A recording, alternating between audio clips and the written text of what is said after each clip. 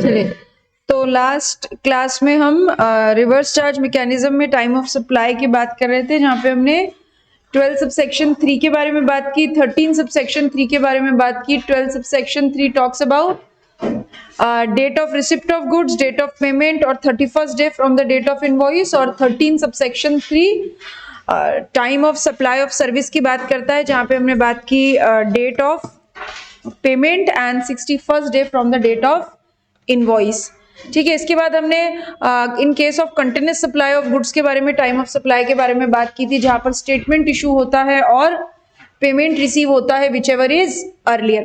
तो जहां आपका टाइम ऑफ सप्लाई फिनिश हो रहा है ना, उसके लास्ट पेज पे आइए, ये एक स्पेशल केस और है, इसको यहां से पढ़ के फिर हम अगले सेक्शन के ऊपर जाएंगे। In case of goods sent or taken on approval, goods sent or taken on approval for sale or return. ठीक है, यानी अब यहां पर हम बात कर रहे हैं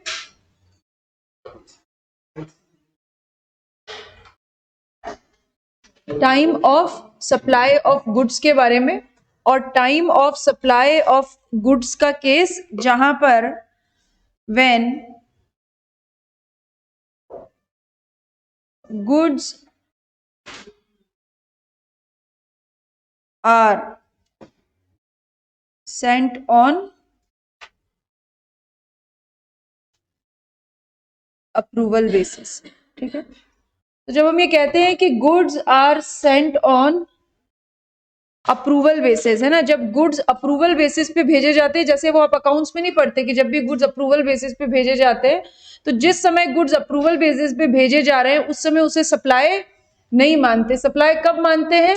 जब आपको एक्सेप्टेंस आ जाती है। एक्सेप्टेंस आ जाती है मतलब जिस व्यक्ति को आपने गुड्स अप्रूवल बेसिस पे दिया है, अगर वो एक्सेप्ट कर लेता है तो आप मानते हैं कि आपने सेल कर दिया। सेल और रिटर्न बेसिस भेज देना, अप्रूवल और रिटर्न बेसिस। अब हाँ हो जाए तो आप अपने पास सामान रख लेना, और अगर पसंद नहीं आए तो वापस कर देना।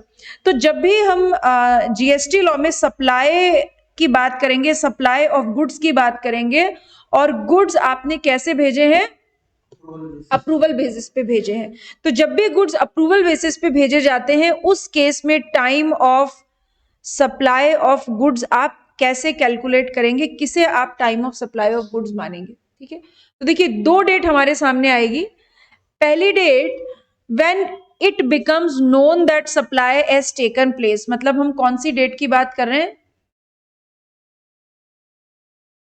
एक्सेप्टेंस। एक्सेप्टेंस मतलब जिस व्यक्ति को आपने गुड्स अप्रूवल बेसिस पे भेजा है, उस व्यक्ति ने गुड्स को क्या कर लिया?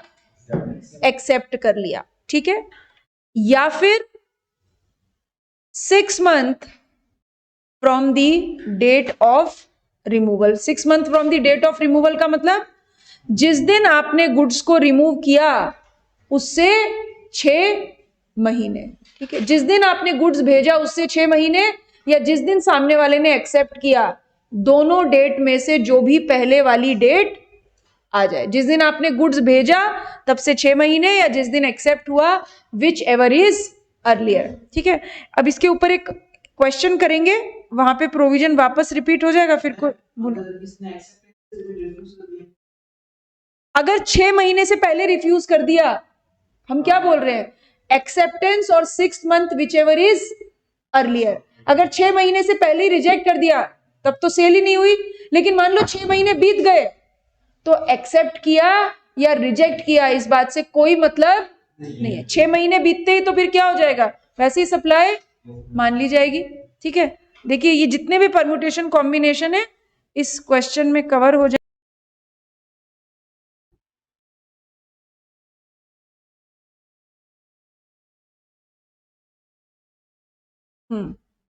देखिए एग्जाम्पल नंबर 14, पेज नंबर है 240, हाँ 222 है क्या आपके यहाँ पे? और ये जो क्वेश्चन है ये एग्जाम में आया हुआ है as it is same. Okay, example number 14 करते हैं। देखिए, mister A sends goods to B on approval basis. A ने बी को, ए जो है वो सप्लायर ऑफ गुड्स हैं और बी जो है वो रिसिपिएंट ऑफ गुड्स है, और ए ने बी को अप्रूवल बेसिस पे गुड्स भेजा है। कब भेजा है? 20th जनवरी 2018। यानी ये 20th जनवरी 2018 कौन सी डेट हो गई? नहीं, एक्सेप्टेंस कैसे हो गई? अरे अंग्रेजी माध्यम से पढ़े हुए बच्चे सेंटेंस लाइन को पढ़ो।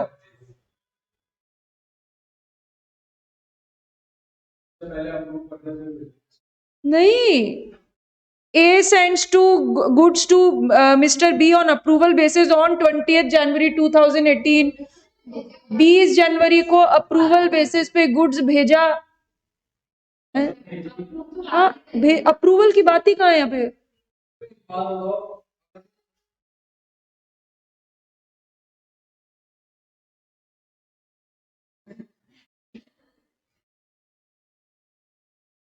ट्वेंटी जनवरी 2018 रिमूवल की डेट। आपको इंडिपेंडेंट केसेस में टाइम ऑफ सप्लाई कैलकुलेट करना है, ठीक है। देखिए, सबसे पहले तो आप ये कैलकुलेट कर लीजिए कि 20 जनवरी से 6 महीने कब खत्म होंगे? 20 फरवरी, मार्च, अप्रैल, मई, जून, जुलाई, ठीक है। 20 जुलाई को आपको 6 महीने खत्म हो जाएंगे, ठीक। सप्लाई कब मानना है? 6 महीने खत्म होने के बाद, यानी जब जिस दिन 6 महीने खत्म हो रहे हैं तब तक तो आप हाँ या ना का जवाब दे सकते हैं, लेकिन जैसे ही 6 महीने पूरे खत्म हो गए उसके बाद ये ऑटोमेटिकली सप्लाई मान ली जाएगी, अगर आपने हाँ नहीं बोली तो, ठीक है। अब देखिए, पहला केस क्या बोलता है? Mister B accept the goods on 10 February. B ने गुड्स को कब एक्सेप्ट किया? 10 फरवरी को। यानी 10 फरवरी कौन सी डेट हो गई? अप्रूवल की डेट हो गई, है ना। हमने क्या माना?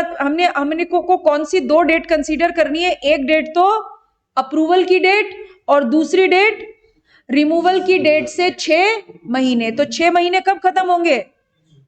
20 जुलाई 2018, 10 फरवरी 2018 और 20 जुलाई 2018, विच एवर इज अर्लियर। तो पहले वाले केस में टाइम ऑफ सप्लाई क्या हुआ? 10 फरवरी, ठीक है। ये समझ में आ गया? इसमें कोई डाउट, कोई कंफ्यूजन? दूसरा case, mister B accept the goods on 1 September. B ने गुड्स को कब एक्सेप्ट किया? देखिए, 20 जुलाई वाली डेट तो कभी चेंज नहीं होने वाली ना, रिमूवल की डेट से 6 महीने तो हमेशा यही रहेंगे। तो दूसरे केस में बी ने गुड्स को कब एक्सेप्ट किया? 1 सितंबर 2018। हमने क्या बात की थी? 6 महीने खत्म होने के बाद और एक्सेप्टेंस की date whichever is earlier. तो 6 महीने कब खत्म हो रहे हैं?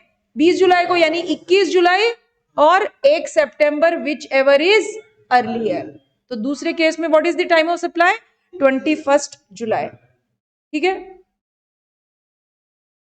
Third case, mister B returns the good on 10 February. कब गुड्स को भेजा? मतलब रिटर्न कब कर दिया? 10, अभी आपने जो बोला था सौरभ, 10 फरवरी 2018 को गुड्स को क्या कर दिया? रिजेक्ट। और 6 महीने कब खत्म हो रहे हैं? 21 जुलाई 2018। हमें कौन सी डेट लेनी होती है? Which ever is earlier. लेकिन उसने तो 10 फरवरी को ही क्या कर दिया? रिजेक्ट कर दिया। तो इस केस में कोई टाइम ऑफ सप्लाई होगी ही नहीं। हाँ, या तो हाँ करता या 21 जुलाई, दोनों में से जो भी पहले होता। लेकिन उसने तो क्या हुआ? टाइम लिमिट खत्म होने से पहले ही क्या कर दिया? रिजेक्ट कर दिया कि मुझे गुड्स एक्सेप्ट ही नहीं है। यानी इस केस में सप्लाई मानेंगे ही नहीं, ठीक है। थर्ड केस पढ़ के देखिए, और कोई डाउट है तो पूछिए।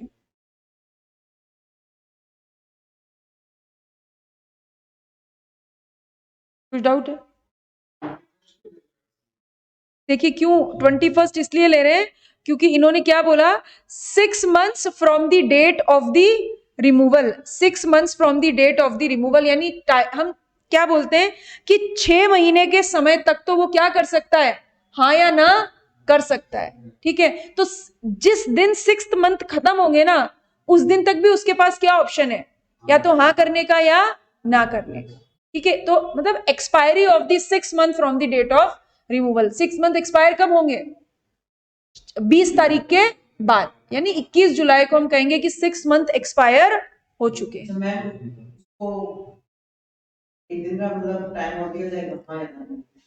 नहीं, एक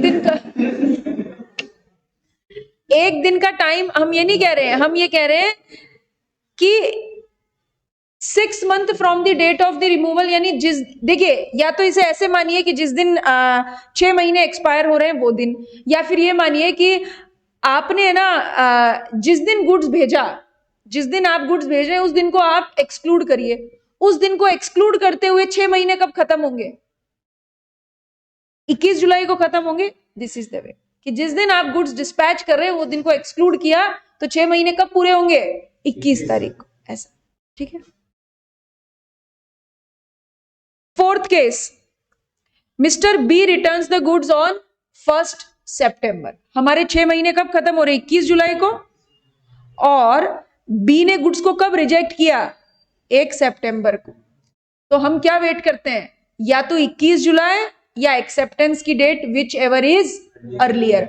अब उसने तो हाँ या ना का जवाब तो दिया ही नहीं, मतलब जवाब कब दिया? 21 जुलाई के बाद। तो हमारी time of supply of goods तो कब क्रिएट हो गई? इररिस्पेक्टिव ऑफ द फैक्ट कि उसने हाँ बोला था या ना बोला था। भाई उसके पास क्या ऑप्शन था? या तो 21 जुलाई से पहले नो कर दे, उसने नो भी नहीं किया तो 21 जुलाई को हम क्या मान लेंगे? Time of supply of goods, time of supply of goods. ठीक है, तो 21 जुलाई हो गया time of supply of goods. ठीक है, नाउ इस चौथे केस में आप देखिए क्या बोला गया कि मिस्टर बी ने गुड्स को कब रिटर्न किया है? 1 सितंबर को। 1 सितंबर को मतलब 21 जुलाई को किसके लिए हमने सप्लाई मान ली? ए के लिए। ए कौन है? हमारा सप्लायर। और 1 सितंबर को बी ने गुड्स को वापस रिटर्न किया, मतलब गुड्स को वापस भेजा। तो जीएसटी लॉ के पॉइंट ऑफ व्यू से अब जब बी गुड्स को वापस भेज रहा है उसके लिए भी उस ट्रांजैक्शन को कैसे ट्रीट किया जाएगा? अब क्योंकि वो सेल रिटर्न नहीं कर रहा है, सेल रिटर्न थोड़ी होती, सेल रिटर्न तो तब होती जब उसने हाँ कर ली होती और फिर वो बेचता। हाँ, 21 से पहले उसने एक्सेप्ट किया होता तब वो रिटर्न करता। ठीक है, अब क्या माना जाएगा? जो वो गुड्स वापस कर रहा है, रिजेक्ट कर रहा है, वो उसके पॉइंट ऑफ व्यू से भी एक ऐसे ही फ्रेश ट्रांजैक्शन है जैसे कि उसने पहली बार सप्लाई का ट्रांजैक्शन किया होता। मतलब ए के पॉइंट ऑफ व्यू से सप्लाई कब मान लेंगे? 21 जुलाई को। और बी के पॉइंट ऑफ व्यू से सप्लाई कब मान लेंगे? जब वो गुड्स को वापस रिटर्न कर रहा है, क्योंकि now it is not treated as a sale return. अब वो सेल रिटर्न की तरह ट्रीट नहीं कर रहे हैं। तो बी के पॉइंट ऑफ व्यू से सप्लाई मान लेंगे कब? 1 सितंबर को।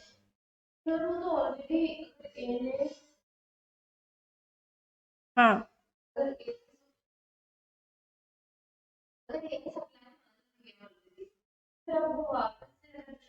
ए ने सप्लाई नहीं मानी है, जीएसटी लॉ ने कहा है कि आपको सप्लाई माननी पड़ेगी। सप्लाई कब होती? जब वो एक्सेप्ट कर लेता। उसके एक्सेप्ट करने से पहले ही हमने कट ऑफ डेट ले ली 21 जुलाई। अभी ना उसने हाँ किए ना किए, पर जीएसटी लॉ ने क्या बोला? This is a date you deemed that supply has been done. ये मान लो इस दिन की सप्लाई हो गई। तो सप्लाई तो एक्चुअल में हुई नहीं है, उसने तो ना हाँ बोला ना बोला, लेकिन ए के पॉइंट ऑफ व्यू से हमें मानना पड़ेगा कि इसी दिन सप्लाई कंप्लीट हो गई और उसकी जीएसटी लायबिलिटी क्रिएट हो जाएगी। ठीक है, अब एक्चुअल में तो कोई सेल हुई नहीं है ना उसने, क्योंकि 21 जुलाई तक हाँ नहीं किया। तो जब सेल ही नहीं हुई तो सेल रिटर्न किस बात की? भाई सेल होती तो सेल रिटर्न कर सकता था, एक्चुअल में सेल तो हुई नहीं, उसने तो अभी तक सामान को एक्सेप्ट किया ही नहीं था। अब वो क्या कर रहा है? गुड्स को रिटर्न कर रहा है। तो जीएसटी लॉ ये कहता है कि ये जो गुड्स रिटर्न कर रहा है ना, एक्चुअली में ये कोई रिटर्न नहीं है, ये ऐसे मानेंगे जैसे कि वो क्या कर रहा है? एक फ्रेश ट्रांजैक्शन कर रहा है। और बी के पॉइंट ऑफ व्यू से भी it is treated as supply, क्योंकि उसके ऊपर भी सप्लाई के 5 पैरामीटर पूरे होंगे। हाँ, आ गई है, आ गई है, और बी पे भी आएगी। बोथ आर लाइबल टू पे जीएसटी। बी को दोबारा से एक जीएसटी इनवॉइस बनाकर ट्रांजैक्शन करना होगा। आप सोच के देखिए कि जब तक ए जीएसटी इनवॉइस ना बना दे, भाई सेल की सेल रिटर्न होती है ना, सेल का इनवॉइस तो बना ही नहीं। सेल का इनवॉइस कैसे बनता? बी ने तो अभी तक गुड्स एक्सेप्ट किया ही नहीं था। ए ने तो उसे बोला था पसंद आए तो रख लेना, नहीं तो वापस भेज देना। सामने वाला तो कोई जवाब दे ही नहीं रहा, तो सेल का इनवॉइस तो बना ही नहीं है ना। लेकिन जीएसटी लॉ ने क्या बोला, अब 21 जुलाई को इसे मान लो जैसे कि सेल हो गई और जाके जीएसटी जमा कराओ, भले ही आपने कोई जीएसटी इनवॉइस बनाया है या नहीं बनाया है। दैट इज जीएसटी लायबिलिटी तो जीएसटी जमा कराती है, लेकिन फिर वो जो सेल्स थी कौन सी सेल्स आ गई? आ कहां से गई मतलब, मैं समझी नहीं। आ गई मतलब कहां? रिजेक्ट नहीं कर दिया, ऐसे मान रहे हैं जैसे कि अब वो एक फ्रेश आर्टिकल आपको भेज रहा है, ठीक है। और जब ये अब बी को भी दोबारा से जीएसटी इनवॉइस बनाना पड़ेगा, तो बी क्या करेगा, बी जीएसटी गवर्नमेंट को जमा कराएगा और ए उसकी क्या ले लेगा, आईटीसी ले लेगा। क्योंकि बी कौन है, सप्लायर, और गुड्स किसको भेज रहा है, ए को। तो बी सप्लायर ऑफ गुड्स हुआ और ए कौन हो गया उस गुड्स के लिए, रिसिपिएंट ऑफ गुड्स। और वो उसकी क्या ले लेगा, क्रेडिट ले लेगा। मतलब डबल टैक्स किसी भी चीज पे नहीं लग रहा है। बी जीएसटी जमा कराएगा और ए उसकी क्या ले लेगा, क्रेडिट ले लेगा। ठीक है, एक बार वापस पढ़ के देख लीजिए, और कोई दिमाग में और डाउट आता है तो पूछ लीजिए। आपने बैकअप ले लिया? तो आधा कितना होता है, मतलब आधा कितना, एक या दो? दो, अच्छा।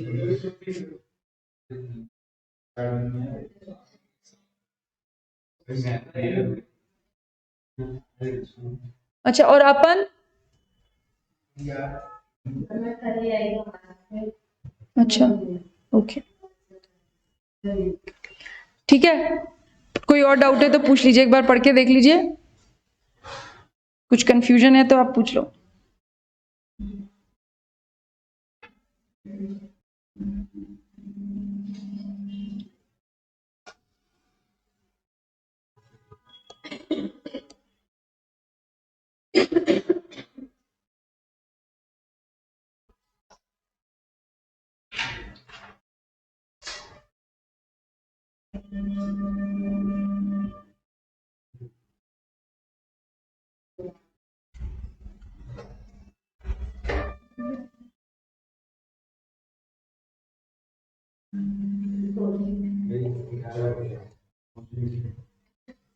देखिए, नेक्स्ट वन हम बात करेंगे time of supply of goods, 12 subsection 4, और time of supply of service 13 subsection 4। और यहां पर अब हम बात करेंगे time of supply in case of vouchers. ठीक है, देखिए वाउचर्स क्या होते हैं। वाउचर मतलब से फॉर एग्जांपल, जैसे मान लीजिए कि आप पिज्जा हट में गए और आपने पिज्जा खाया, और से फॉर एग्जांपल 26 जनवरी था, नेशनल सॉरी रिपब्लिक डे था, नेशनल हॉलीडे था। तो आपने उस दिन 500 रुपए का पिज्जा खाया और उसके ऊपर आपको 100 रुपए का क्या मिला, वाउचर मिला। ठीक है, ये वाउचर का क्या करेंगे, जब नेक्स्ट टाइम पिज्जा खाने जाएंगे तो फिर डिस्काउंट मिल जाएगा। डिस्काउंट मिल जाएगा यानी आपने 200 रुपए का पिज्जा खाया तो 100 रुपए देने पड़ेंगे, 400 का खाया तो 300 रुपए देने पड़ेंगे। ठीक है, या जब भी आप बिग बाजार में जाते हैं और मान लीजिए आपने 10,000 की शॉपिंग की, तो आपको वो क्या देते हैं, 2,000 का वाउचर। ठीक है, ऐसा होता है ना, दिवाली महाबचत, 10,000 की शॉपिंग करी और 2,000 का वाउचर। और इस वाउचर के पीछे कुछ टर्म्स एंड कंडीशंस लिखी होती है कि ये वाउचर रिडीमेबल है, आप इसके अगेंस्ट में चावल, तेल, चीनी, दाल खरीद सकते हैं। ठीक है, इस वाउचर के अगेंस्ट में कोई इलेक्ट्रॉनिक अप्लायंसेस आप नहीं खरीद पाएंगे। तो हर वाउचर के पीछे क्या लिखी होती है, शर्तें और उसका एक वैलिडिटी पीरियड। ठीक है, तो वाउचर एक तरीके से कंसीडरेशन का काम करता है। कंसीडरेशन कैसे, यानी वाउचर एक ऐसा इंस्ट्रूमेंट है जो कि आपको पैसे के बदले में देना पड़ेगा, पैसे के बदले में चल जाएगा। पैसे के बदले में चल जाएगा मतलब जब अगली बार आप कुछ खरीदने जाएंगे तो आपको 2,000 रुपए तक का कोई पैसा नहीं देना है। 2,000 रुपए तक की वैल्यू का आप तेल, चीनी, चावल बिग बाजार से खरीद के लेकर आ सकते हो। तो वाउचर क्या हो गए, वाउचर आर इंस्ट्रूमेंट्स जिन्हें कैसे ट्रीट किया जाता है, ट्रीट एज कंसिडरेशन। ठीक है, जैसे डीसीसी ने आपको इंटर में वाउचर दिए, वो वाउचर को आप क्या कर सकते हो, फाइनल में रिडीम करवा सकते हो। तो जब फाइनल में डीसीसी आपको सर्विस देगा तो आप बदले में क्या दे सकते हो, वाउचर दे सकते हो। यानी आपने पैसे नहीं दिए बल्कि क्या दे दिया, वाउचर। तो वाउचर एक ऐसे इंस्ट्रूमेंट है जो कि कंसीडरेशन की तरह ट्रीट किए जाते हैं। अब वाउचर जो है वो दो तरीके के वाउचर होते हैं।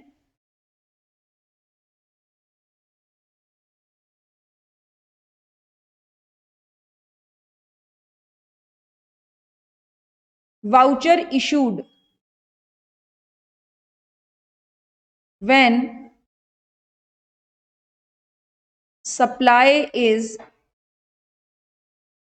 identifiable against such voucher. ठीक है, ऐसे वाउचर जिनके अगेंस्ट में सप्लाई आइडेंटिफिएबल होती है, जिनके अगेंस्ट में सप्लाई आइडेंटिफिएबल होती है, इसका मतलब क्या, जैसे फॉर एग्जांपल आप बिग बाजार गए और बिग बाजार से आपने 10,000 रुपए की क्या की, शॉपिंग। 10,000 रुपए की जब आपने शॉपिंग की तो आपको 2,000 का क्या मिला, वाउचर। और इस वाउचर के पीछे लिखा है कि इस वाउचर के अगेंस्ट में आप अगले 2 महीने में, है ना, चीनी, तेल, चावल, दाल कुछ भी खरीद सकते हो। यानी ये वाउचर कैसा है, जिसके अगेंस्ट में सप्लाई आइडेंटिफिएबल है। जिस दिन वाउचर इशू हुआ उसी दिन सप्लायर को पता था कि इस वाउचर के अगेंस्ट में आप क्या क्या खरीद सकते हो। तो ये वाउचर कैसा हुआ, जिसके अगेंस्ट में सप्लाई आइडेंटिफिएबल है। जैसे डीसीसी जब आपको वाउचर इशू करके देगा तो इशू के टाइम ही बता देगा ये वाउचर सीएमए फाइनल में रिडीमेबल होगा। यानी वाउचर इशू के टाइम ही हमें पता है कि इसके अगेंस्ट में क्या सप्लाई होगी। ठीक है, क्या अरे सबको नहीं मिलता, आप टेस्ट सीरीज में टॉप करेंगे तो आपको मिलेगा।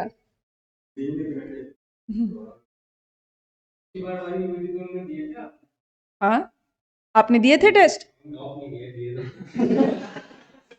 बिल्कुल दिए। ठीक है, तो बिग बाजार जैसे अभी लवी है, ठीक है, सीएमए फाउंडेशन में ऑल इंडिया सेकंड रैंक जिनकी आई यहां से, ठीक है, तो उनको हमने 25,000 का वाउचर दिया है। मींस इंटर की फीस में उनका 25,000 रुपए ऑफ हो जाएगा। यानी जब वाउचर इशू करेंगे तो वाउचर के अगेंस्ट में सप्लाई आइडेंटिफिएबल है। ठीक, और ये बात सप्लायर को, रिसिपिएंट को वाउचर इशू के टाइम पर ही पता है, वाउचर देने वाले को भी पता है और वाउचर लेने वाले को भी पता है। तो हम यहाँ पे क्या बात कर रहे हैं कि ऐसा वाउचर इशू किया जा रहा है जिसके अगेंस्ट में सप्लाई क्या है, आइडेंटिफिएबल है। अगर वाउचर के अगेंस्ट में सप्लाई आइडेंटिफिएबल है, उस केस में what is time of supply, when such voucher is issued. जब ये वाउचर इशू किया जाएगा तभी क्या क्रिएट हो जाएगी, टाइम ऑफ सप्लाई। ठीक है, देखिए जैसे एक सेकंड, एग्जाम्पल नंबर 15 देखिए, रिलायंस इंडस्ट्रीज अ रेडीमेड गारमेंट मैन्युफैक्चरर, एक रेडीमेड गारमेंट मैन्युफैक्चरर है। वो क्या कर रही है, एक इसी जो हम क्वेश्चन करे थे जस्ट उसका नेक्स्ट क्वेश्चन ही है। एक रेडीमेड गारमेंट मैन्युफैक्चरर है, उसने एक वाउचर इशू किया है 10 जुलाई 2020 को to their prospective customer for enabling them to buy readymade garment manufactured by them from their shop. कि इस वाउचर के अगेंस्ट में आप क्या खरीद सकते हो, रेडीमेड गारमेंट खरीद सकते हो। Customer purchased readymade garment on 20th August. Customer ने उस वाउचर के अगेंस्ट में रेडीमेड गारमेंट कब खरीदा, 20 अगस्त को। यानी 10 अगस्त कौन सी डेट है, डेट ऑफ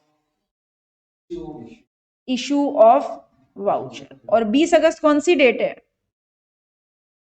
डेट ऑफ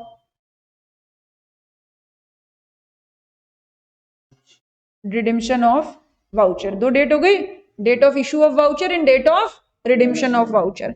लेकिन ये केस कैसा है, जब वाउचर के अगेंस्ट में सप्लाई आइडेंटिफिएबल है, नॉन आइडेंटिफिएबल है, आइडेंटिफिएबल है।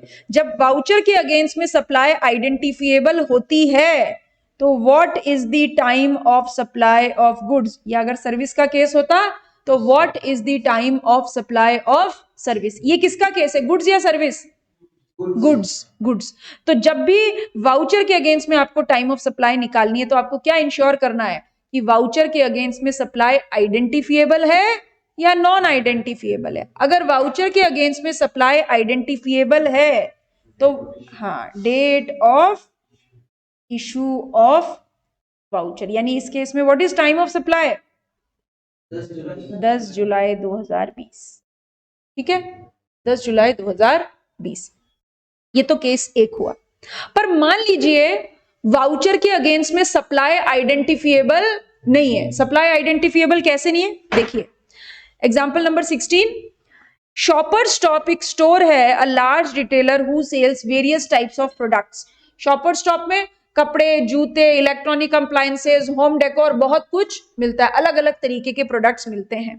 ठीक है, उन्होंने एक शॉपर स्टॉप ने एक वाउचर कब इशू किया, 10 जुलाई को, to their prospective customer for enabling them to buy any product from their shop. क्या खरीद सकता है, एनी प्रोडक्ट। एनी प्रोडक्ट मतलब वाउचर के अगेंस्ट में आपको 2000 का, 5000 का, 6000 का, 7000 का वाउचर मिला। वाउचर के अगेंस्ट में आप कुछ भी खरीद सकते हैं, यानी वाउचर के अगेंस्ट में सप्लाई कैसी हुई, अनआइडेंटिफिएबल। आइडेंटिफिएबल नहीं, पता नहीं कस्टमर क्या आके खरीदेगा।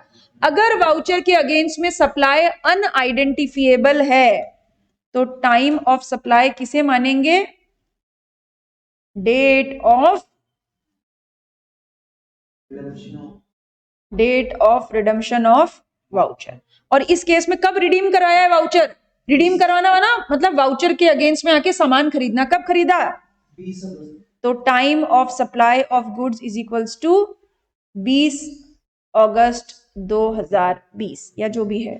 जैसे इसके पिछले वाले क्वेश्चन में अगर वैसे मान लो कस्टमर फॉर आइडेंटिफाइंग गारमेंट्स लेकिन कुछ ये भी नॉन आइडेंटिफाइबल। हाँ, पर क्या है ना, देखो वो क्या है, रेडीमेड गारमेंट मैन्युफैक्चरर है और रेडीमेड गारमेंट पे 5% जीएसटी लगता है। आप कुछ भी खरीदो, शर्ट खरीदो, स्वेटर खरीदो, पैंट खरीदो, सॉक्स खरीदो, कुछ भी खरीदो, 5% जीएसटी है।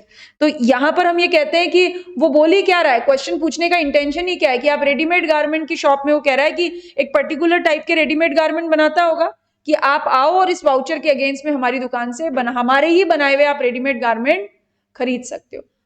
तो इसीलिए सप्लाई आइडेंटिफिएबल है।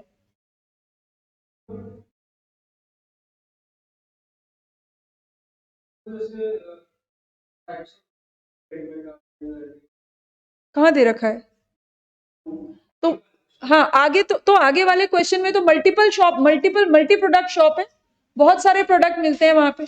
अभी नहीं पता कि आप जाके क्या खरीदोगे, आप जूते खरीदोगे, कपड़े खरीदोगे, ज्वेलरी खरीदोगे, होम डेकोर खरीदोगे, इलेक्ट्रॉनिक अप्लायंसेस खरीदोगे।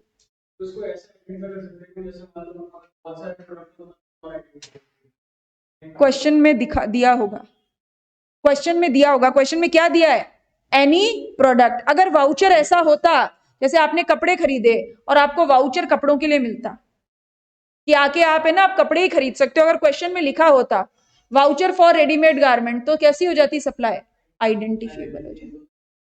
यहाँ पे क्या लिखा है, एनी प्रोडक्ट मतलब नॉन आइडेंटिफिएबल। ठीक है,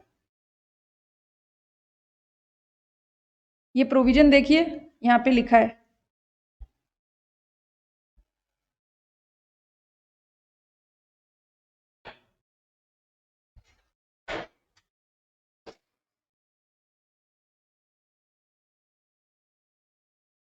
जहां पे हमने आरसीएम का प्रोविजन पढ़ा था ना उसके नीचे है। मिल गया सबको,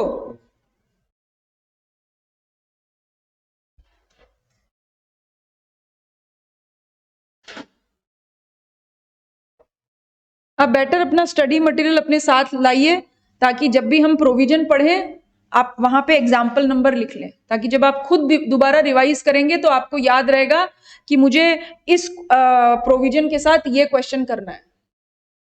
तो जहां प्रोविजन पढ़ रहे हैं वहां पे साथ साथ क्वेश्चन नंबर लिखते जाइए।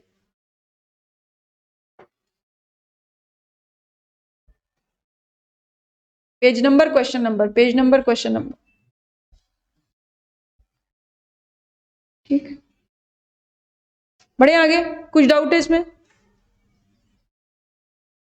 Next one, time of supply of goods और services in residual cases. Now ये रेसिडुअल केसेस बात करता है 12 subsection 5, time of supply of goods, और 13 subsection 5, time of supply of service.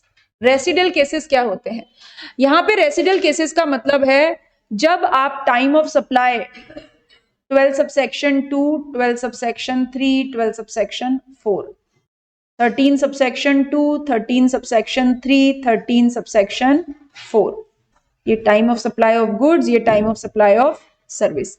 यानी ऐसी परिस्थिति बन रही है कि आप time of supply of goods forward charge mechanism के हिसाब से नहीं निकाल रहे हैं, या फॉरवर्ड चार्ज मैकेनिज्म का केस नहीं बन रहा है, या time of supply of goods आप आरसीएम के हिसाब से नहीं निकाल रहे हैं, या फिर time of supply of goods के लिए वाउचर का केस एप्लीकेबल नहीं है।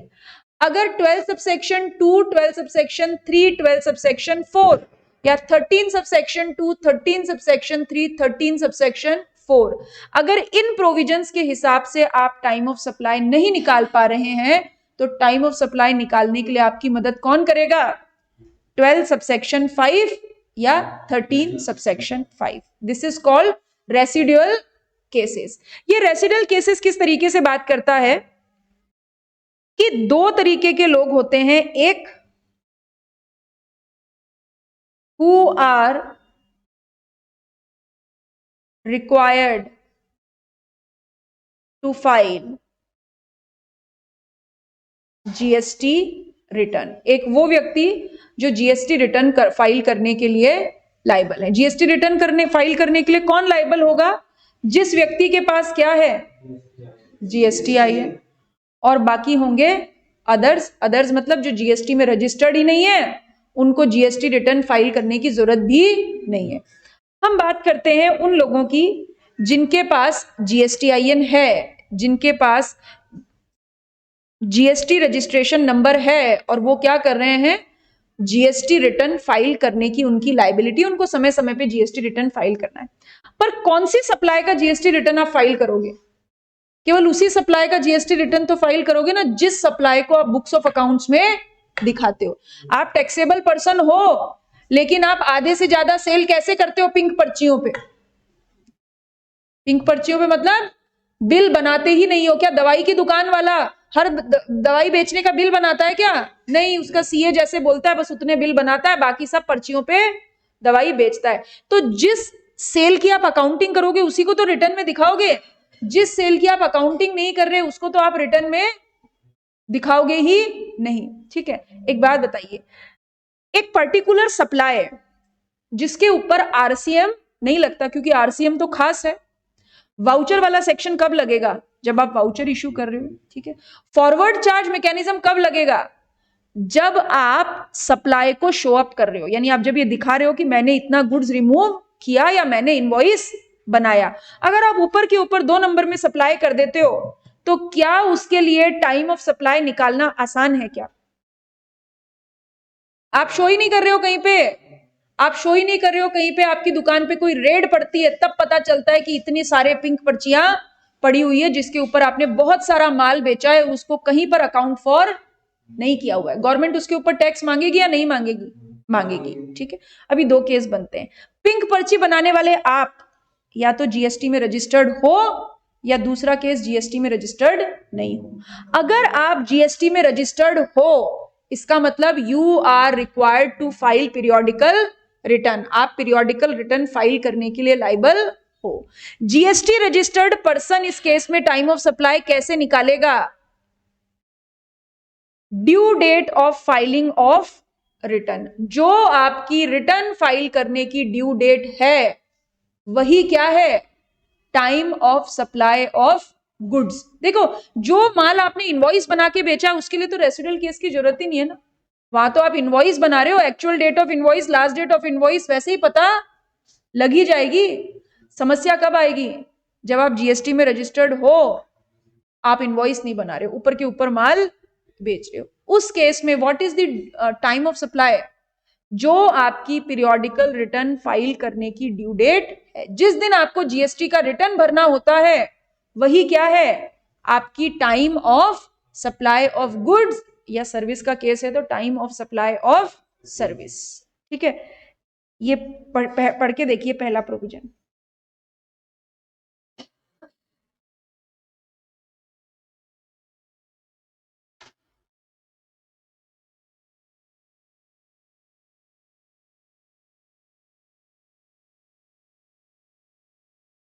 और अदर केसेस कौन से होंगे, जहां पे आप जीएसटी में रजिस्टर्ड हो ही नहीं, तो आपको कोई पीरियोडिकल रिटर्न फाइल करना ही नहीं है। मान लीजिए ना, आप कचौरी की दुकान लगाते हो, ठीक है, और बहुत सारे कचौरी के राउंड बेचते हो सुबह से शाम, सुबह 7 बजे से शाम के 7 बजे तक, पर बिल बना के तो ऐसे कचौरी प्लस जीएसटी तो नहीं बेचते, ठीक है, 10 रुपए की बेची, 15 की बेची, 20 की बेची, ऐसे 1000 कचौरी आप दिन की बेचते हो, ठीक है। आपके ऊपर किसी जीएसटी ऑफिसर की नजर पड़ गई और उसने आपकी दुकान पे क्या डाल दी, रेड, ठीक है, नाउ पकड़ा जाएगा, ठीक है, व्यक्ति पकड़ा जाएगा। अब उसको जीएसटी भी देना पड़ेगा, बट वो व्यक्ति ऐसा है जो पीरियोडिकल रिटर्न फाइल करने के लिए लायबल नहीं है, क्योंकि उसके तो कोई जीएसटी उसने रजिस्ट्रेशन ले ही नहीं रखा। पर क्या अब उसको उसकी 2 नंबर की सप्लाई पे जीएसटी नहीं पे करना पड़ेगा, पे करना पड़ेगा। And what is the time of supply, अब यहाँ कोई एक्चुअल डेट और लास्ट डेट तो हो नहीं सकती ना, बिल तो बना ही नहीं है, और उसको तो बिल बनाना ही नहीं था क्योंकि वो तो रजिस्टर्ड ही नहीं है।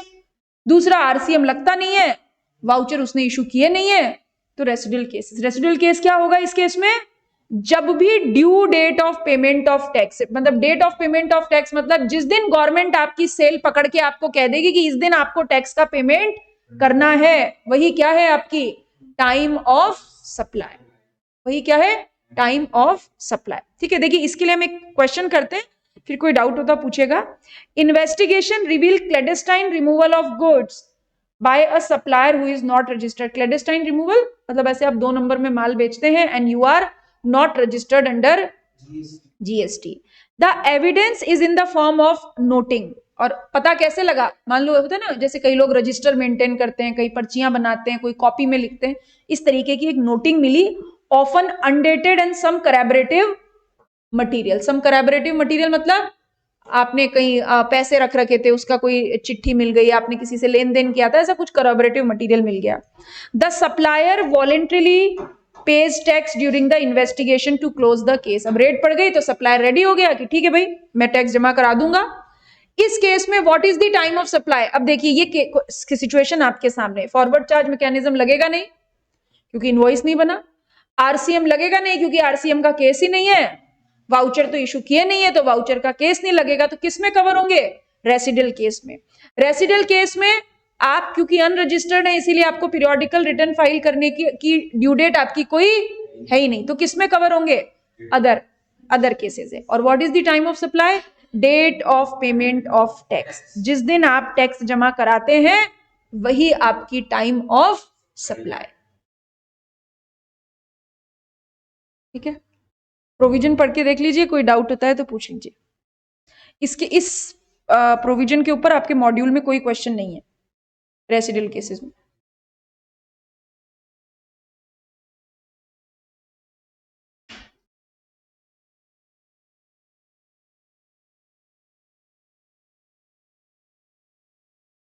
बढ़े आगे, next one 12 subsection 6, 13 subsection 6। 12 subsection किसका होगा, time of supply of goods का, और 13 किसका होगा, time of supply of service का। अब यहां पर हम क्या पढ़ रहे हैं, addition in value by way of interest, late fees, penalty. Interest, late fees, penalty. जैसे फॉर एग्जांपल ये DCC private limited and it is a supplier of service, ठीक है, और ये एक कस्टमर है बबलू, और ये कौन हो गए, रिसिपिएंट ऑफ सर्विस, ठीक है। इनको समय दिया गया कि आप 15 फरवरी 2023 तक अपनी 48,000 फीस का पेमेंट कर दें, ठीक है। अगर 15 फरवरी 2023 23 तक आपने 48,000 रुपए अपनी फीस का पेमेंट नहीं किया, ठीक, तो आपके ऊपर क्या लगेगा, 2,000 रुपए की पेनल्टी। ठीक है, ये पेनल्टी क्यों लग रही है, इसका कारण क्या है, डिले पेमेंट ऑफ कंसीडरेशन, एक ही कारण है, डिले पेमेंट ऑफ कंसीडरेशन। आपने समय पे कंसीडरेशन का पेमेंट नहीं किया, इसीलिए आपके ऊपर क्या लगी, पेनल्टी। इसे आप पेनल्टी का नाम दे दीजिए, आप इसे लेट फीस का नाम दे दीजिए, आप इसे इंटरेस्ट का नाम दे दीजिए, आप इसे कुछ भी नाम दीजिए, पर कारण क्या है इसका, डिले पेमेंट ऑफ कंसीडरेशन। क्या ये किसी स्टैट्यूटरी प्रोविजन को वॉयलेट करने पे लग रही है क्या ये पेनल्टी किसी स्टैट्यूटरी प्रोविजन को वॉयलेट करने पे लग रही है? स्टैट्यूटरी प्रोविजन क्या होता है, वैधानिक प्रावधानों को तोड़ने पे पेनल्टी है क्या? मतलब हिंदी में नहीं समझ आती, इंग्लिश में नहीं समझ आती। स्टैट्यूटरी कानून के किसी प्रोविजन को कानून के किसी प्रोविजन को तोड़ने पे पेनल्टी है क्या?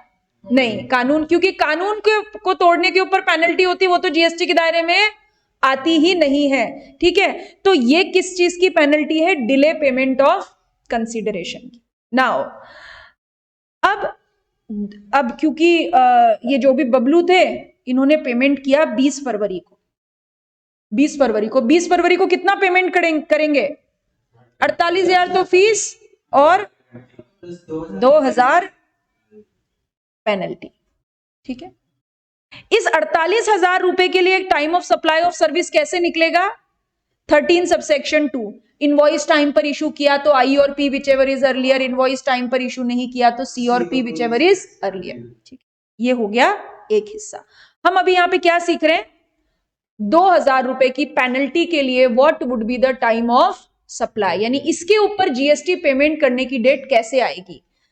तो बड़ा आसान, जिस दिन पैसा रिसीव हुआ, यानी time of supply addition in value of interest, late fee, penalty for delay payment of consideration कब, date on which supplier receive such addition in value. जिस दिन सप्लायर को ये 2,000 रुपए मिले उसी दिन क्या है, time of supply of service, time of supply of service. यानी इस 2,000 रुपए पे time of supply of service कब हो गई, 20 फरवरी 2023। और what is the due date of payment of GST, 2,000 रुपए पे what is the due date of payment of GST, 20 फरवरी तो टाइम ऑफ 20 मार्च, अगले महीने की 20 तारीख है ना, due date of payment of GST. क्योंकि 20 फरवरी तो क्या हुई, टाइम ऑफ सप्लाई, जिस दिन ये पैसा रिसीव हुआ वो टाइम ऑफ सप्लाई, और ड्यू डेट अगले महीने की 20 तारीख, दैट इज 20th मार्च। तो जिस दिन पैसा रिसीव हुआ वही क्या हो जाएगी, टाइम ऑफ सप्लाई। ठीक है, प्रोविजन पढ़ के देखिए, मॉड्यूल में क्वेश्चन नहीं है इसका, प्रोविजन पढ़ के देखिए और कोई डाउट होता है तो पूछिए।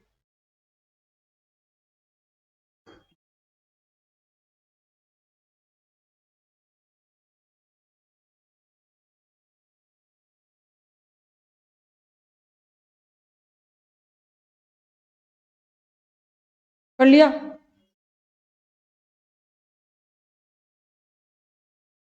देखिए, यानी हमने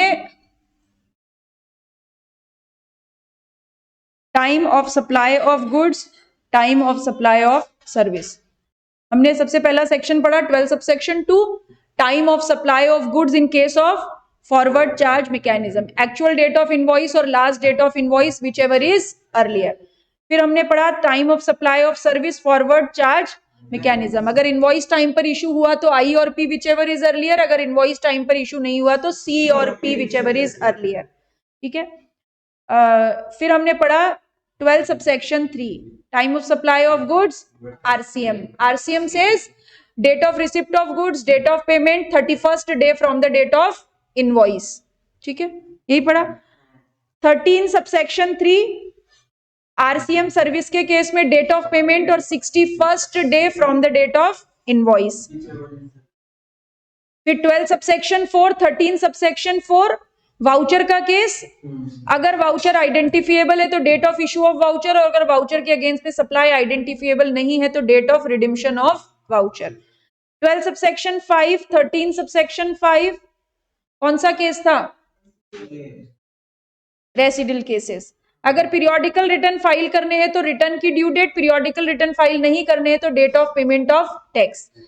12 सबसेक्शन 6 और 13 subsection 6 addition in value by way of late payment, interest and penalty due to delay payment of consideration. ठीक है, जिस दिन पैसा रिसीव हुआ, ठीक है, इसके अलावा हाँ जिस दिन एडिशनल वैल्यू रिसीव हुई। इसके अलावा हमने कंटिन्यूस सप्लाई ऑफ गुड्स का केस पढ़ा, जिसमें हमने पढ़ा स्टेटमेंट इशू करने की डेट या पेमेंट रिसीव करने की date, whichever is earlier. Sale on approval वाला केस हमने पढ़ा, जिसमें हमने बोला कि जिस दिन अप्रूवल हुआ या 6 month from the date of removal, whichever is earlier. ठीक है, गुड्स के केस में एडवांसेस पे जीएसटी नहीं लगता, लेकिन सर्विसेज के केस में एडवांसेस पे जीएसटी लगता है। और अगर एडवांस 1000 रुपए तक का एडवांस है तो उस केस में what is the time of supply? जिस दिन वो 1000 रुपए तक का एडवांस रिसीव हुआ या date of issue of next invoice at the option of the supplier, जिस दिन वो चाहे उस दिन। ठीक है, ये बस इतना सा ही टाइम ऑफ सप्लाई है। मैंने आपको कहा था ना, आप एक पेज पे किसी ने करके देखा? ठीक है, चलिए नेक्स्ट सेक्शन के ऊपर बात करेंगे, एंड दैट इज सेक्शन 14।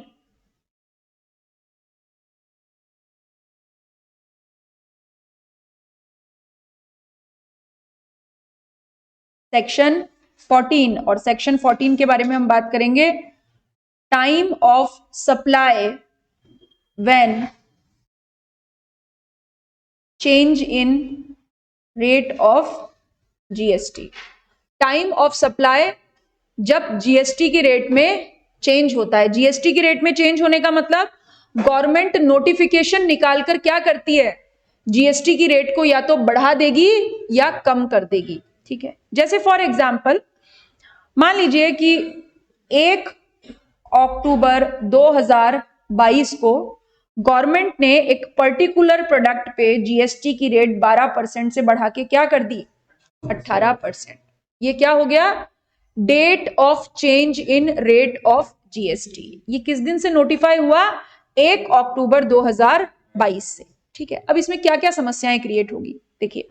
हो सकता है 1 अक्टूबर 2022 से पहले सप्लाई कंप्लीट हुई हो या ना हुई हो सकता है 1 अक्टूबर 2022 से पहले पेमेंट आ गया हो या नहीं आया हो, या हो सकता है 1 अक्टूबर 2022 से पहले इनवॉइस इशू हुआ हो या नहीं हुआ हो। अब समस्या क्या होगी? सप्लायर हमेशा क्या चाहेगा? मैं 12% से टैक्स दूं, मेरा तो बिल ही नहीं बना, मेरा तो अभी तक पेमेंट ही नहीं आया, मेरी तो सप्लाई ही कंप्लीट नहीं हुई। और गवर्नमेंट हमेशा क्या चाहेगी? कि आप 18% से टैक्स दो, क्योंकि हो सकता है बिल नहीं बनाओ पर पेमेंट तो आ गया, हो सकता है पेमेंट आ गया हो लेकिन अभी कंप्लीशन तो नहीं हुआ, what ever it is.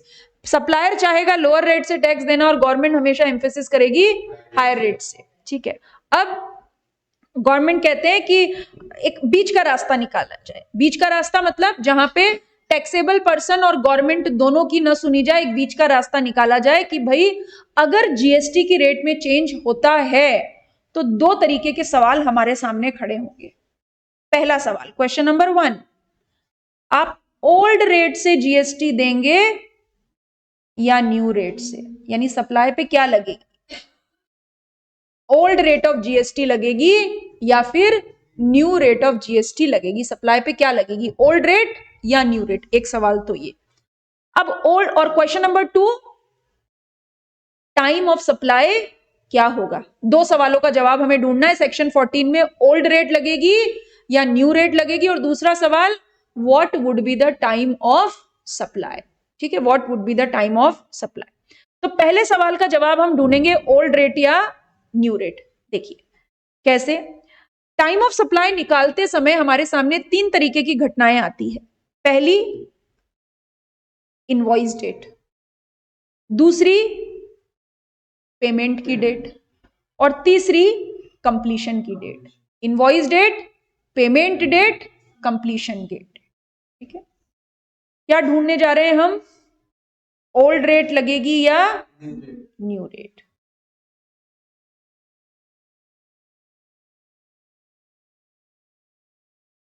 Majority rule follow करेंगे, जिसकी लाठी उसकी भैंस। मतलब क्या? जिधर मेजॉरिटी इवेंट हुए वही रेट लगेगी। यानी मेरी रेट ऑफ जीएसटी कब चेंज हुई? 1 अक्टूबर 2022 को, ठीक है। यानी इस दिन जीएसटी की रेट क्या हो गई, 12% से 18%। इन तीन में से दो घटनाएं अगर 1 अक्टूबर से पहले हो जाए, मतलब इनवॉइस एंड पेमेंट पहले हो जाए, पेमेंट एंड कंप्लीशन पहले हो जाए, इनवॉइस एंड कंप्लीशन पहले हो जाए, तीन में से कोई भी दो घटनाएं अगर 1 अक्टूबर के पहले हो गई, एनी टू इवेंट, तो फिर क्या लगेगी, ओल्ड रेट। और कोई भी दो घटनाएं ऑन और आफ्टर हुई तो क्या लगेगी, न्यू रेट, ठीक है। मतलब मान लीजिए कि 1 अक्टूबर 2022 को जीएसटी की रेट चेंज हुई, ठीक है। इनवॉइस की डेट है 15 सितंबर 2022 और कंप्लीशन की डेट है 30 सितंबर 2022, पर पेमेंट की डेट है 15 अक्टूबर 2022। देखिए मेरी जीएसटी की रेट कब चेंज हुई है, 1 अक्टूबर को। तीन में से दो घटनाएं कब हुई है, 1 अक्टूबर के पहले। तो इस केस में कौन सी जीएसटी रेट लगेगी, 12%, ठीक है। ये बात समझे, इस तरीके से हम मेजॉरिटी इवेंट की बात कर रहे हैं, 12% या 18%, ओल्ड रेट या न्यू रेट, ठीक है। ये प्रोविजन आपके नोट्स में कैसे लिखा है देखिए, यहां पे पढ़िए।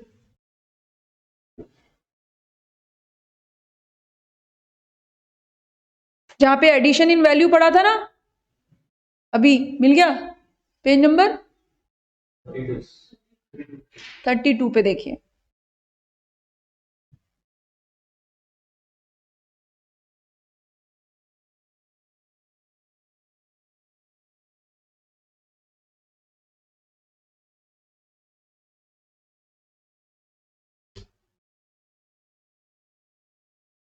ठीक है, ओके, ओल्ड रेट या न्यू रेट। नाउ नेक्स्ट, अब हमें क्या निकालना है, अब हमें निकालना है टाइम ऑफ सप्लाई। दो सवाल थे, ओल्ड रेट या न्यू रेट, और दूसरा सवाल क्या था, टाइम ऑफ सप्लाई, ठीक है। अब मुझे ये पता चल गया कि मुझे नई रेट लगेगी या पुरानी रेट लगेगी। अब मुझे क्या निकालना है, टाइम ऑफ सप्लाई, यानी उस नई रेट और या फिर पुरानी रेट से जीएसटी का पेमेंट गवर्नमेंट को मुझे कब तक करना है, ठीक है। टाइम ऑफ सप्लाई कैसे निकलेगा, देखिए, व्हेन हम किस केस की बात कर रहे हैं, where change in effective rate of GST, change in effective rate of GST. जैसे मैंने एक एग्जांपल लिया कि मेरी जीएसटी की रेट कब चेंज हुई, 1 अक्टूबर 2022। कब चेंज हुई, 1 अक्टूबर 2022, ठीक है। इस डेट के पहले, इस डेट के पहले का मतलब 1 अक्टूबर 2022 से पहले कंप्लीशन हो गया, ठीक है। क्या हो गया, इस डेट से पहले कंप्लीशन हो गया। इनवॉइस इशू हुआ है या नहीं हुआ है, पेमेंट आया है या नहीं आया है, लेकिन मेरी सप्लाई कब कंप्लीट हो गई, 1 अक्टूबर 2022 से पहले, यानी जीएसटी की रेट चेंज होने से पहले अगर सप्लाई कंप्लीट हो गई तो what would be the time of supply. इस सर्विस को सप्लाई कर लीजिएगा, supply provided before change, provided का मतलब कंप्लीशन, कंप्लीशन इसके पहले हो गया, तो what would be the time of supply, वही हमारा आई और P whichever is earlier, यानी इनवॉइस की डेट या पेमेंट की date whichever is earlier. तो बेस मैंने किसको बनाया, कंप्लीशन को, कंप्लीशन को। अगर कंप्लीशन पहले हुआ तो आई और P whichever is earlier. ये बात समझ में आ गई। अभी क्वेश्चन भी करेंगे इसका, ठीक है। पर मान लीजिए आपने सप्लाई कब कंप्लीट की है, 1 अक्टूबर 2022 को या उसके बाद, मतलब हम यहां पे क्या पढ़ रहे हैं, ऑन और आफ्टर, ऑन और आफ्टर, ऑन और आफ्टर 1 अक्टूबर 2022, इसके बाद, ठीक है। नाउ बेस था, या तो पहले हुई सब कंप्लीशन या बाद में हुई, पहले हुई तो आई और P whichever is earlier, लेकिन अगर कंप्लीशन मेरा बाद में हुआ है एंड इनवॉइस एंड पेमेंट कब हो गया? पहले। इसका मतलब मान लीजिए कि मेरी सप्लाई कंप्लीट हुई है 15 अक्टूबर 2022 को, यानी बाद में, बट इनवॉइस एंड पेमेंट, क्या बोला मैंने? इनवॉइस एंड पेमेंट, यानी मान लीजिए इनवॉइस इशू हुआ 15 सितंबर 2022 को और पेमेंट हो गया 30 सितंबर 2022 को, यानी इनवॉइस एंड पेमेंट दो घटनाएं कब हुई है? पहले, और कंप्लीशन कब हुआ है? बाद में। ये बात समझ में आई? अगर ऐसा हुआ तो what is the time of supply? वही हमारा आई और P whichever is earlier. ठीक है, यानी आई और P whichever is earlier होने के लिए क्या होना चाहिए? या तो कंप्लीशन पहले हो, अगर कंप्लीशन बाद में है तो इनवॉइस एंड पेमेंट इस डेट के पहले होना चाहिए। पहले मतलब किसके पहले?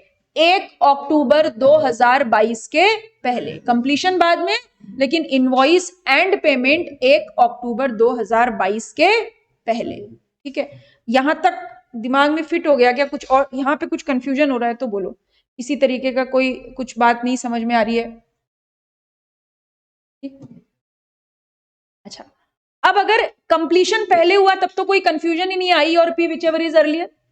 अगर कंप्लीशन बाद में हुआ तो एक केस हमने देख लिया, इनवॉइस एंड पेमेंट पहले हुआ, लेकिन कंप्लीशन बाद में हुआ और इनवॉइस एंड पेमेंट भी पहले नहीं हुआ। ये बाद में पहले किस डेट से कट ऑफ कर रहे हैं? 1 अक्टूबर से। ठीक है, इनवॉइस एंड पेमेंट भी पहले नहीं हुआ। कैसे पहले नहीं हुआ? कंप्लीशन बाद में हुआ। ठीक है, कंप्लीशन की डेट मैंने ये ले ली, इनवॉइस की डेट है मेरी 15 सितंबर 2022, बट पेमेंट मेरे पास आया 31 अक्टूबर 2022। देखिए, कंप्लीशन बाद में है, इनवॉइस तो पहले है, लेकिन इनवॉइस के साथ पहले और क्या होना चाहिए था? पेमेंट। वो नहीं हो पाया, तो ये वाली कंडीशन पूरी नहीं हुई ना। अगर ये कंडीशन पूरी नहीं हुई तो what is the time of supply? I और P whichever is later. I और P whichever is later, दोनों में से जो भी बाद में हो। ठीक है, इसको पढ़िए, फिर इसका एक क्वेश्चन करेंगे। इस प्रोविजन को देखिए, फिर इसका एक क्वेश्चन करते हैं।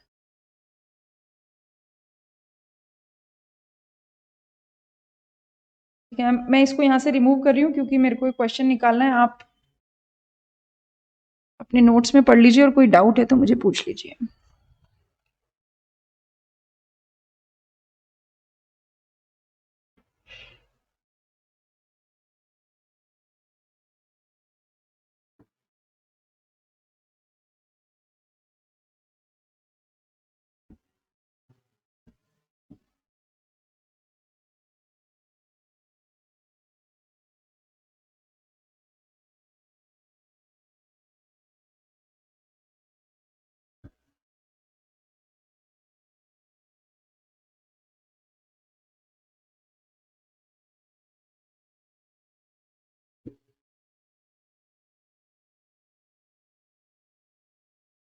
देखिए, ये आपको क्वेश्चन मिलेगा मॉड्यूल में, मेरे यहाँ पे पेज नंबर 131, इलस्ट्रेशन 131 है, पेज नंबर 311।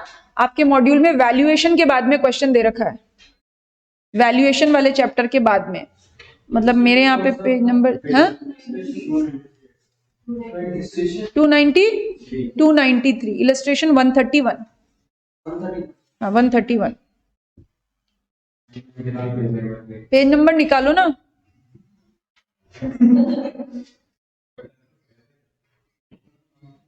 चलिए Saurabh, page number.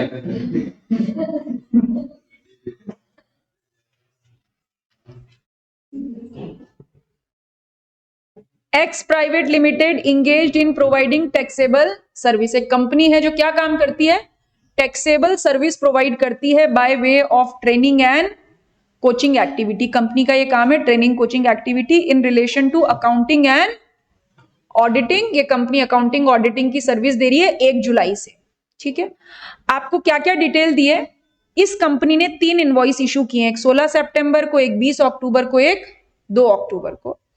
Date on which payment received invoices का अलग अलग डेट पे पेमेंट रिसीव हुआ है और ये अलग अलग अमाउंट आपको सवाल में दे रखे हैं। सवाल में और क्या बोला कि effective rate of GST is change on 1 October from 12% to 18%। इस सर्विस के ऊपर, अकाउंटिंग एंड ऑडिटिंग की सर्विस के ऊपर 1 अक्टूबर से जीएसटी की रेट चेंज हो गई और कितनी हो गई? 12 से 18%। And these services rendered in August, यानी सर्विस कब कंप्लीट हुई है? रेंडर्ड मतलब देना। कब कंप्लीट हुई सर्विस? अगस्त में। ठीक है। Find the time of supply of service, effective rate of tax and due date of payment of tax. 3 चीजें पूछिए। 1 time of supply of service, 2 rate of tax, और तीसरा due date of payment of tax. 3 चीजें पूछिए। तो सबसे पहले हम क्या निकालते हैं? ओल्ड रेट या न्यू रेट? ओल्ड रेट या न्यू रेट? केस 1 कब रेट कब चेंज हुई है? 1 अक्टूबर को। ठीक है। फर्स्ट केस में 2 घटनाएं पहले हुई है या बाद में हुई है? क्यों? मेरे को तो 2 पहले लग रही है। इनवॉइस की डेट और कंप्लीशन की डेट। इनवॉइस की डेट एंड कंप्लीशन की डेट। श्रेष्ठा, कंप्लीशन कब हुआ है?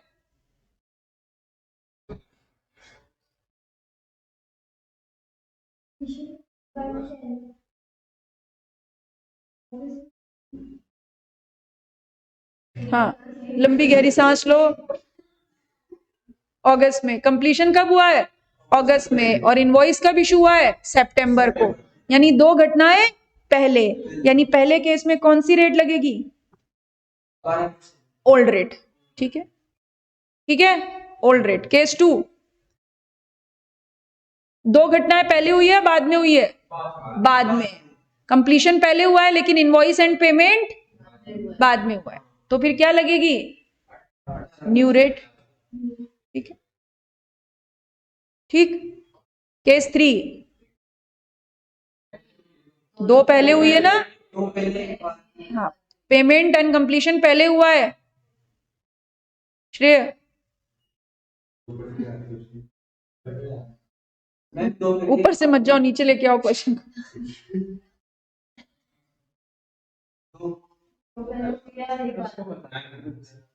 आराम से देखो। तीसरे केस में 1 अक्टूबर को रेट चेंज हुई है ना? इनवॉइस की डेट क्या है? 2 अक्टूबर। पेमेंट की डेट क्या है? 30 सितंबर। और कंप्लीशन कब है? अगस्त में। तो कंप्लीशन की डेट और पेमेंट की डेट 1 अक्टूबर से पहले हो गई ना, तो ओल्ड रेट 12%। ठीक है, ओके। तो पहले सवाल का जवाब हमने ढूंढा ओल्ड रेट या न्यू रेट, क्योंकि क्वेश्चन में ऐसा पूछा भी था। हाँ बोलो श्रेय। तो ये ठीक है। नहीं, अब 31 अगस्त मानो। सर्विसेज रेंडर्ड इन अगस्त।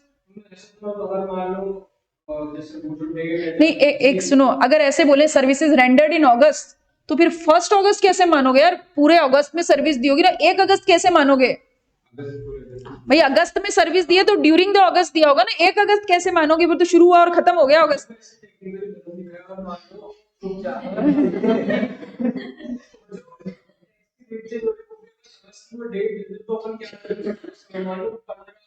नहीं नहीं, ये रेट चेंज होने में डेट देते क्योंकि वो नोटिफिकेशन की डेट होती है।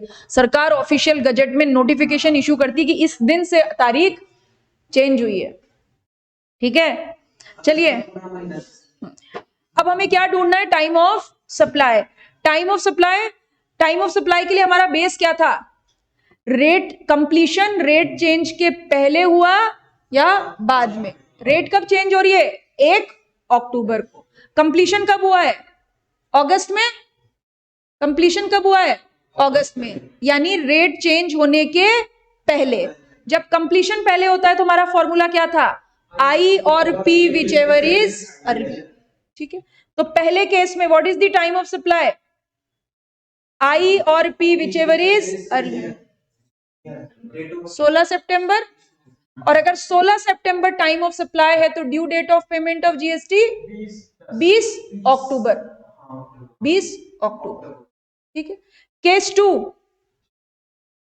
कंप्लीशन तो सभी केसेस में पहले ही हो रहा है, तो हर केस में फॉर्मूला कौन सा, आई और P whichever is earlier, यानी दूसरे केस में टाइम ऑफ सप्लाई 6 अक्टूबर, 6 अक्टूबर आई और P whichever is earlier, और due date of payment of GST 20 नवंबर।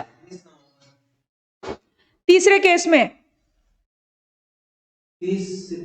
आई और P whichever is earlier 30 सितंबर, और what is due date of payment of GST 20 अक्टूबर। समझ में आ गया? ठीक है, दोबारा करना एक बार। दूसरे केस का एग्जांपल लेंगे। हाँ दूसरे देखो, अच्छा चलो दूसरे केस का एग्जाम्पल मान लेते हैं कि कंप्लीशन की डेट है 30 नवंबर, ठीक है, कंप्लीशन की डेट है 30 नवंबर 2022 ले लेते हैं। कंप्लीशन की डेट है 30 नवंबर 2022 और रेट ऑफ जीएसटी में कब चेंज आया? अगस्त में कहा आया भाई, 1 अक्टूबर में आया, ठीक है। यानी ये दूसरा केस हो गया ना, कंप्लीशन कब हुआ? बाद में। कंप्लीशन कब हुआ? बाद में, ठीक है। चलो अब ये मान लो कि कंप्लीशन बाद में हुआ है, इस हिसाब से हम तीनों केसेस में टाइम ऑफ सप्लाई निकालते हैं, ठीक है। कंप्लीशन बाद में हुआ है तो केस 1, कंप्लीशन बाद में हुआ है तो क्या देखते हैं, इनवॉइस एंड पेमेंट पहले हुआ है क्या, है ना। केस 1 में देखो, केस 1 में 1 अक्टूबर से, क्या 1 अक्टूबर रेट ऑफ जीएसटी में जब चेंज आया तो क्या पहले केस में इनवॉइस एंड पेमेंट पहले हुआ है क्या? नहीं हुआ ना, तो फिर आई और P whichever is later, I और P whichever is later. तो फिर इस केस में, पहले केस में बोलो बोलो बोलो बोलो, आई एंड पी को कंपेयर किया 1/10 वाली डेट से, हाँ तो 3/10 तो बाद में हो गया ना। गणपति बप्पा मोरया। 1 अक्टूबर जीएसटी 3 अक्टूबर, 1 अक्टूबर के बाद में आएगा ना, तो आई एंड पी पहले नहीं हुआ ना। अगर आई एंड पी पहले नहीं होता तो ठीक, आई और फिर क्या होगा, आई और P whichever is later, later, यानी पहले केस में टाइम ऑफ सप्लाई क्या होगी 3 अक्टूबर। दूसरे केस में, इसमें तो आई और पी दोनों ही बाद में हो रहे हैं, तो क्या होगा, आई और P whichever is later, later. Earlier कब, ठीक है, तो टाइम ऑफ सप्लाई इस केस में क्या होगी 20 अक्टूबर, ठीक है, और तीसरे केस में भी लेटर, ठीक है, ओके।